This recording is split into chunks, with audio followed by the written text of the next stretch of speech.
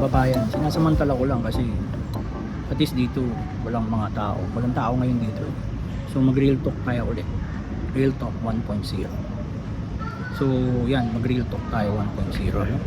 Kaya so anong pag-usapan natin? Pag-usapan natin bakit ba ang trabaho ko cleaner o janitor dito sa UK?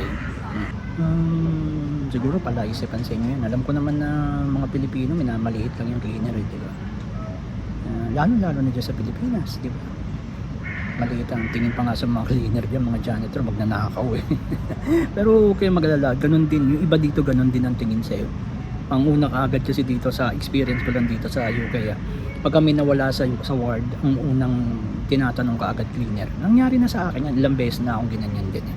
Post ko pa na may nawalang sapatos. Ako daw kasi yung nandoon yung time na yun at nakalagay daw doon sa cupboard yung sapatos. Kaya hindi sa cupboard, nasa nurses station. Sapatos daw yun at akong unang suspect.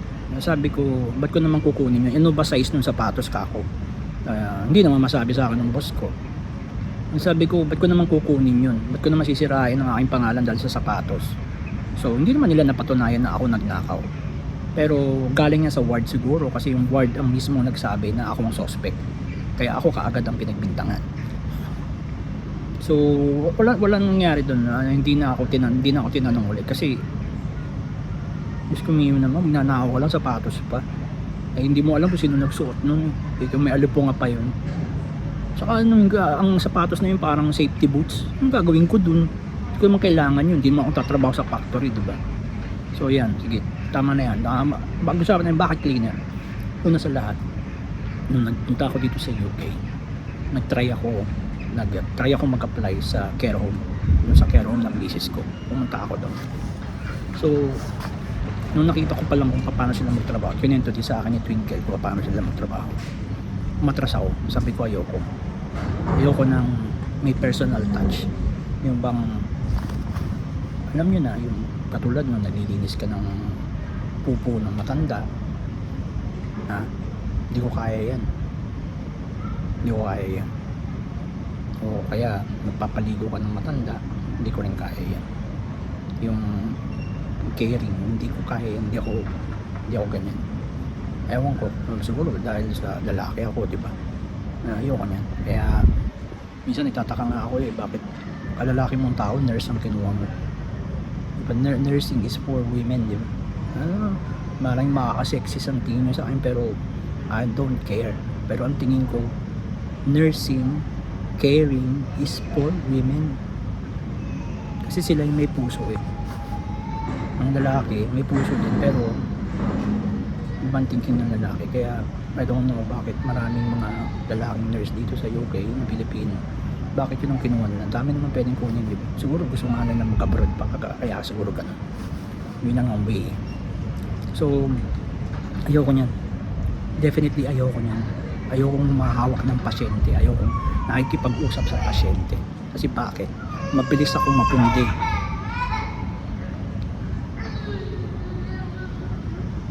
Yan, katulad niyan, napupunti na ako. Bata pa lang yan. Umiiyak. Pusin muna natin siya umiyak.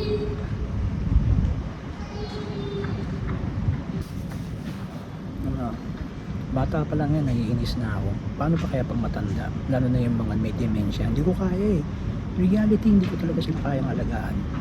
Kaya umatras ako. Ang unang-una ko agad kinuwang trabaho is factory. So napakahirap ng una kong trabaho rito. Kargador ako dito. Excuse me, kargador. O kayong mga nurse, kaya nyo maging kargador? Filipino nurse? Kaya nyo? Binabatuhan kayo ng mga malalaking soft drinks na nakalagay 8 pieces ng soft drinks na nakabundle, babato sa iyo, tapos ikaayos mo sa pallet. I don't know if you can take it. Pinagmamalaki ko yan. Kasi hindi ko yung tinrabaho sa Pilipinas. Maganda trabaho ko sa Pilipinas. GMA 7 ako. Yayabang ko talaga sa inyo yan. Cameraman ako dun, production assistant.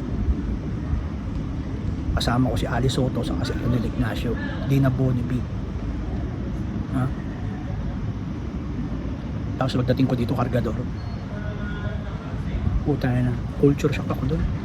Wala akong may ibang ma-applyan eh. Sinama lang ako ng Portuguese kong kaibigan, si George. Sinama niya ako doon, sabi niya, ka-roommate ng misis ko yun eh.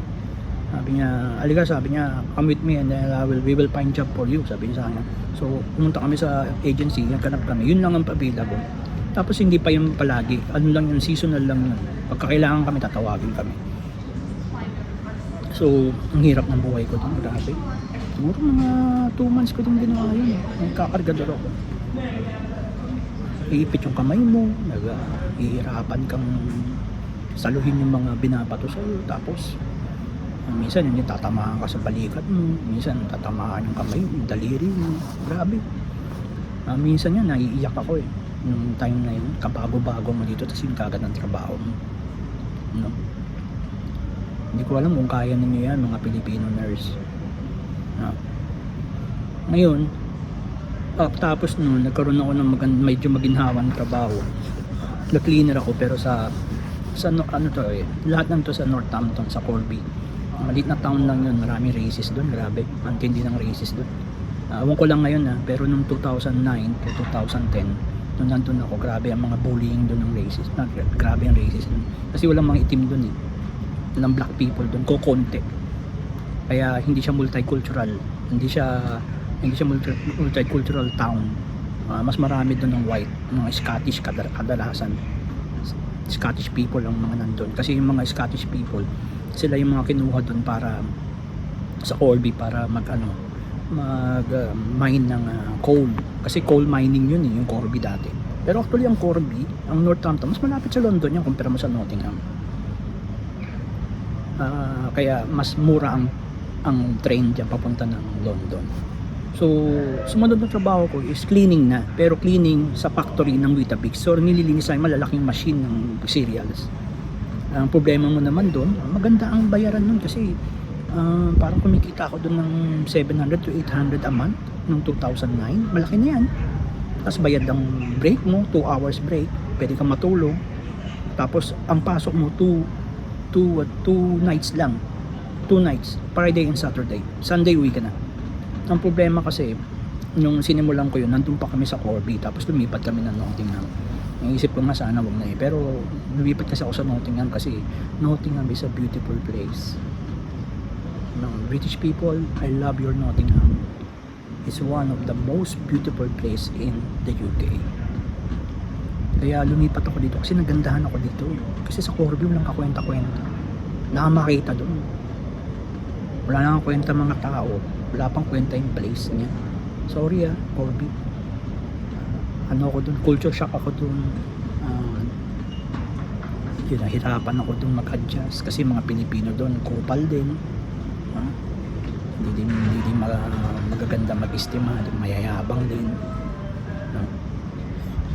Pagbago ka doon, para kang alien sa kanila. Kaya hindi rin ako nakisama. Akala ko naman okay naman din sa Nottingham yung pala ipanlabas nila para mga Pilipino rito. Okay, puro negativity ang nare-receive nyo sa akin. Yan ang totoo eh. Yan ang totoo dito sa UK. Tapos nung yun nga, kumikita ako ng mga 600, 700, 800.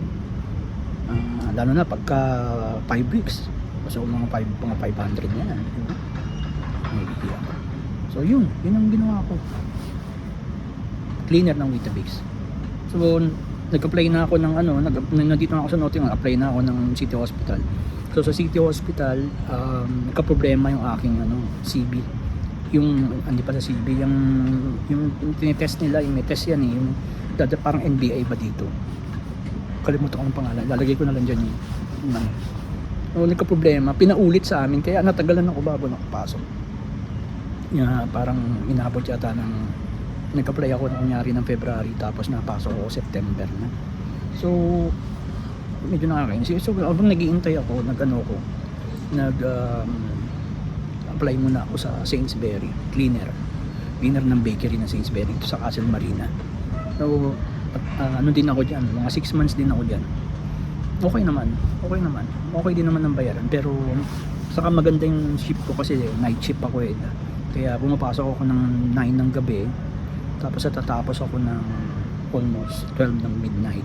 So wala nang mga supervisor, wala na yung shop, sarado na. Sarado na kasi yung shop nung araw, 8 o'clock pa lang sarado na yung Sainsbury Castle Marine.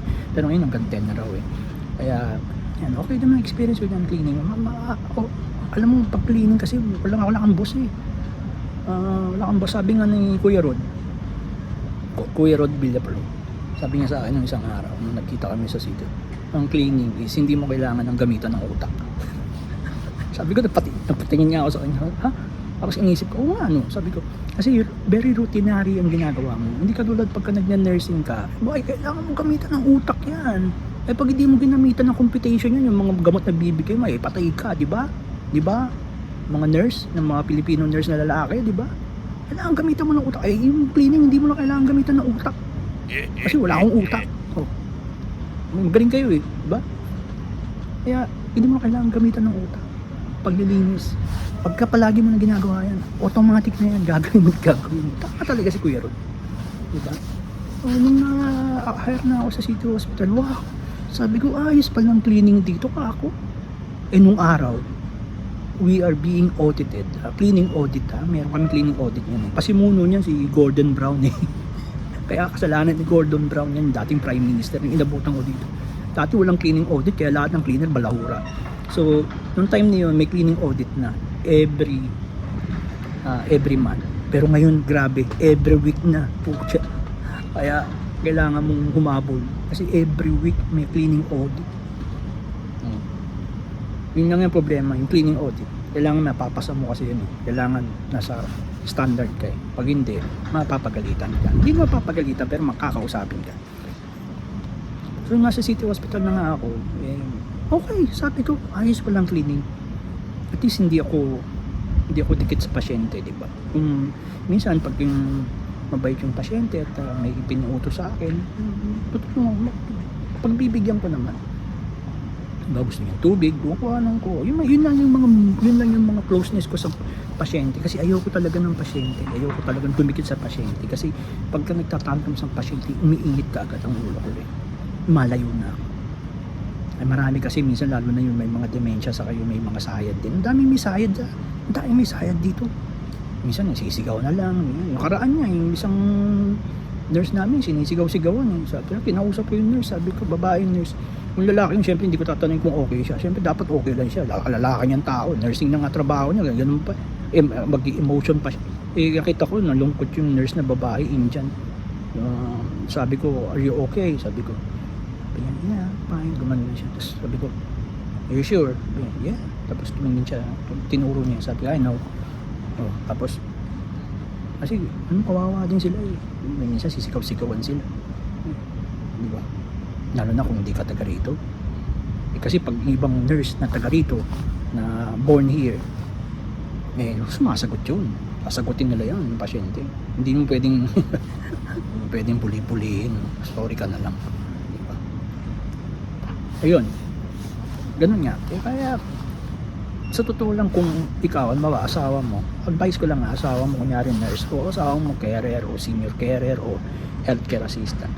Tapos ikaw naghahanap ng trabaho rito at hindi ka makahanap ng trabaho mo sa Pilipinas at usually naman mahirap yun eh. Siguro kung mga IT ka, pwede yan, pwede ka maka-apply dito or ikaw ano pa ba, wala na ako kasing ibang alam eh na pwede mong gawin dito na ginagawa mo sa Pilipinas. Alam ko IT lang may possibility. Kaya kung ikaw gusto mo maghanap ng trabaho, maghanap ka sa cleaning. Hindi kailangan ospital, hindi kailangan pwede ka lang sa ibang part ng cleaning, groceries, o mga fast food, yan, hotel, yan, mga housekeeper, yan, okay yan. Kaysa mag-carer ka, o kaya mag-healthcare assistant ka. Kasi cleaning, hawak mo oras mo, lalo na sa ospital, sa NHS, ay Diyos ko, hawak mo lang oras mo dyan. Alam mo na yung ginagawa mo eh. Alam mo na yung pagdating mo sa ward, alam mo na computer mo na agad kung anong gagawin mo. Alam mo na kung ano ibibigli mo. Alam mo na kung anong mga gagawin mo ng araw na yun. Hindi ka na kailangan pa mag-isip. Automatic yan. Kung alam mo kung ano idadamtas mo, alam mo anong mga, pag tinignan mo pala yung audit mo, alam mo na kung anong lilinisin mo kaagad doon. Ganun lang. Tapos minsan nga ako, natatapos nga ako ng 11:30, tapos na ako eh. So ang gagawin ko na lang yan, maliliit na bagay lang. Pulot ng basura, o linis ng mga sink, mga ganyan. O kaya linisin yung mga ibang toilet na hindi ko pa nalinis. Ganun lang. Patatagalin ko lang yung oras ko. Alam niya ng mga cleaner. Yung mga cleaner na matatagal na dito. Lalo na sa ospital. Alam mo, sa totoo lang, yung mga cleaner na dito, magugulang. Yung mga puti, magugulang yung mga yan. Yung iba nga dyan, iba nga dyan, matatawa ka na lang eh. Bagsak sila sa mga audit nila kasi bang prinsipyo nila, they don't want to clean, they just want the money. Yeah? They just want to grab the money. Yun lang. Yun daw ang payo sa kanila ng mga magulang nila. Work in NHS and grab the money. But don't work too much. Ganun. May kilala akong ganyan, pasaway yun eh. Yun ang sabi niya, I do more overtime, I just want the money, not the work. So, huwag naman kayo ganun. Kahit pa paano, ipasa naman ninyo yung audit ninyo, diba? Yun ang importante, yung audit eh. Kailangan yun. Kaya kayo kung mga kababayan ko na kararating lang dito yung kararating lang dito, kung gusto talaga nyo ng trabaho na hindi nyo na pag-iisipan at walang masyadong responsibilidad na yung healthcare assistant, mataas din ang responsibilidad nyo, na nagkamali ka rin dyan, patay ka, no? At lalo na yung mga ngarap ka pa maging nurse, nako, Diyos ko, ang hirap ng trabaho ng nurse dito. Kala mo maganda ang nurse dito? Kung gusto mo talaga mag-nurse, punta ka ng Amerika. Doon ka tatabo ng maraming pera. Dito hindi. Konti lang. Maganda lang dito yung balance ng buhay mo. Yung work-life balance ba tinatawag na yan. Kasi sa holiday pa lang, annual leave pa lang allotted ka ng almost more than 30 days paid yun Hindi mo pwedeng gamitin yun ng buo. Pwede mong gamitin maybe 3 weeks pag Pilipino ka, o usually 2 weeks sinapayagan ka. Siyempre mo 30 days, samantalang sa Pilipinas 10 days lang allotted yata, di ba? O 15 days sa Pilipinas. Sa Amerika nga 10 days annual leave O kaya yun ang maganda rito. Saka yung paglilinis na yan, huwag ka lang maiinis yung mga kasamaan mo, kasi yung mga kasamaan mo minsan yung mga marerelyebo pa sa'yo, mga balahura din kasi. Pag hindi nila ward, wala silang pakialam. Kaya pagbalik mo, nagaling ka sa matagal na off o matagal na annual leave, pagbalik mo, gulo-gulo ng ward mo, ang dumi-dumi. Kasi mga wala silang pakialam kasi hindi naman sa kanilang ward yun hindi nila responsibilidad Kaya ikaw maghahabol ka na naman. Yan ang mga problema na sa paglilinis sa ospital. Kaya yan ang dahilan. Hindi ko kinahihiyayan na janitor ako dito, na cleaner lang ako dito. Kaya sabi ko nga isang araw, hindi nga ako nurse at hindi ko pinapangarap maging nurse. Kasi ang tingin ko, yan trabaho na more sa mga sa babae. Kasi sila talaga ang nagki-care, di ba? Kung lalaki ka, dapat doktor, di ba? Yung mga lalaking nurse, dapat nagdo-doktor kayo, di ba? Ba't mag-doktor kayo? Talagang magaling kayo kasi yun ang talaga, di ba? Naalala ba niyo yung pelikula ni pangalan nun? Yung Meet the Parents ba yun? Si Zoolander, di ba? Di ba? Inis na inis sa kanya si Robert De Niro. Kasi nga, nurse lang siya, di ba? Pero sabi ng bida si pangalan nun? Yung comedian, sabi niya, nurse nga siya pero nag-aaral na siya mag-doktor. Diba? Ayun di ko makalimutan yun Diba? Kasi nga, minamaliit siya ni Robert De Niro. Si Adam Sandler yun, si Zoolander. So, yun lang mga kababayan, mga kababayan kung naghahanap ng trabaho dito, huwag niyo pahiya na mag-apply kayo ng maging cleaner. Kasi ang cleaner, hawak mo oras mo, wala kang masyadong responsibilidad. Pagkalinis mo, uwi ka na, di ba?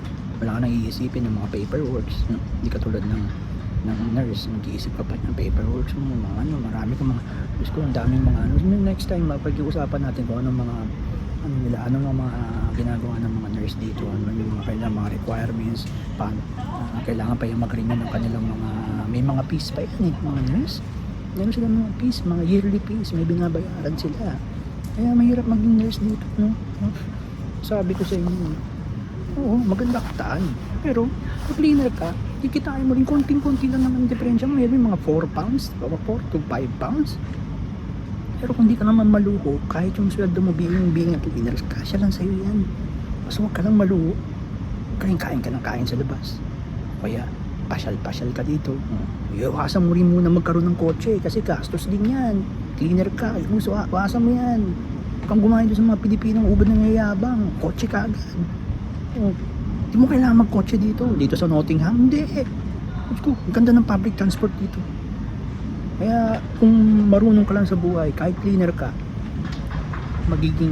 magsasatisfy lahat ng ng sweldo mo, masasatisfy ang buhay mo, magiging sufficient lang sa iyo at makakaipon ka pa.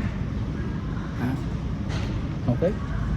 So, ito po muli si Polo Campo ng For the Way It Goes.